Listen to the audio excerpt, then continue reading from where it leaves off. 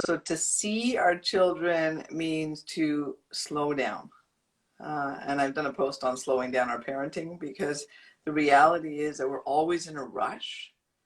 And so we actually are so task oriented and get caught in the day to day that the child is overlooked, right? It's more about what the child has to do rather than seeing the child himself first and then figuring out what we have to do.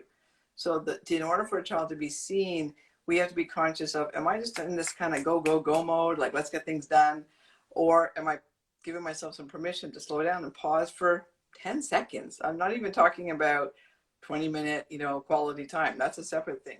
But in the moment, when we are like getting ready for school, for example, which is a huge time of tension where we just need our kids to listen because we're all going to be late. When that process is happening, if we keep going into rush mode, again, they're not going to feel seen. They're not going to feel heard. They're going to kind of shut down or just zone out or do what they're doing and completely ignore you, right? So instead, taking 10 seconds to stop and say, hey, so if I was talking to, hey, Steph, you know, I know you're watching TV right now. We've got to start getting ready for school, right? So you've got, 5 more minutes and then we got to get going. But there's a respectful kind of, I know where you're at, and we also still have to get moving. Versus, Stephanie, we got to get going. Come on, let's go, let's go, let's go. What are you doing? You've been on TV all this time.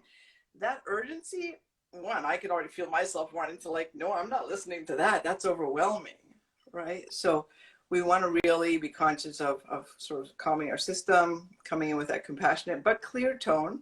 Hey, I get where you're at, and we need to get moving. This is like the timeline we have, so let's go once we've acknowledged them.